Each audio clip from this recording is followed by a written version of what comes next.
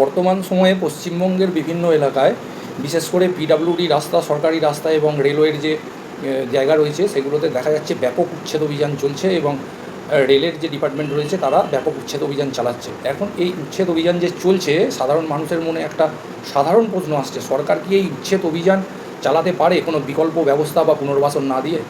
এইটি একটি মানবিক প্রশ্ন। প্রশ্নটি একটি মানবিক এবং আইনগত প্রশ্ন। তাই চলুন বর্তমান পরিস্থিতির কথা মাথায় রেখে আমরা সহজ ভাষায় বেশ কিছু আইনি জিনিস আমরা বুঝে নিই। আমি অ্যাডভোকেট সুদীপ্ত দাস, কলকাতা হাইকোর্টে আমি প্র্যাকটিস করি। চলুন আজকের বিষয়, এনক্রোচমেন্ট ভ্যাকেশন এ সরকারের ভূমিকা কী হতে পারে। প্রশ্ন এক, সরকার কি পিডব্লিউডির রাস্তা বা রেলওয়ে রোড থেকে উচ্ছেদের আগে পুনর্বাসন দিতে বাধ্য? সাধারণভাবে পুনর্বাসন দিতে সরকার বাধ্য নয়। যদি সরকারি রাস্তা, পিডব্লিউডির জমি বা রেলওয়ে ল্যান্ড অনুমোদিত দখলদার হিসাবে থাকেন, তাহলে শুধুমাত্র দীর্ঘদিন থাকার কারণে সরকার আইনগত বিকল্প ব্যবস্থা বা দোকান দিতে বাধ্য নয়।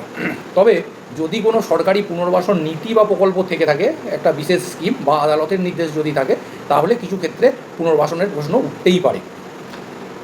দ্বিতীয় হচ্ছে, বহু বছর ধরে বসবাস করলে কি আইনের অধিকার তৈরি হয়? উত্তর হলো না। শুধুমাত্র দীর্ঘদিন থাকার কারণে আইনের মালিকানা তৈরি হয়ে যায় না।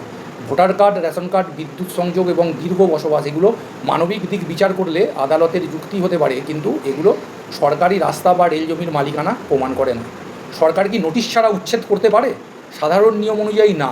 উচ্ছেদের আগে নোটিশ দিতে হয়, নিজেদের বক্তব্য জানানোর সুযোগ দেওয়া উচিত। এটাকে বলা হয় প্রিন্সিপাল অফ ন্যাচারাল জাস্টিস বা প্রাকৃতিক ন্যায় বিচারের নীতি। তবে জনস্বার্থ বা ট্রাফিক সমস্যা, নিরাপত্তা এবং জরুরি পরিস্থিতিতে প্রশাসন দ্রুত ব্যবস্থা নেওয়ার যুক্তি কিন্তু দেখাতেই পারে। প্রশ্ন চার, যদি জায়গাটি আসলে সরকারি রাস্তা না হয়, তাহলে সেক্ষেত্রে কী হবে?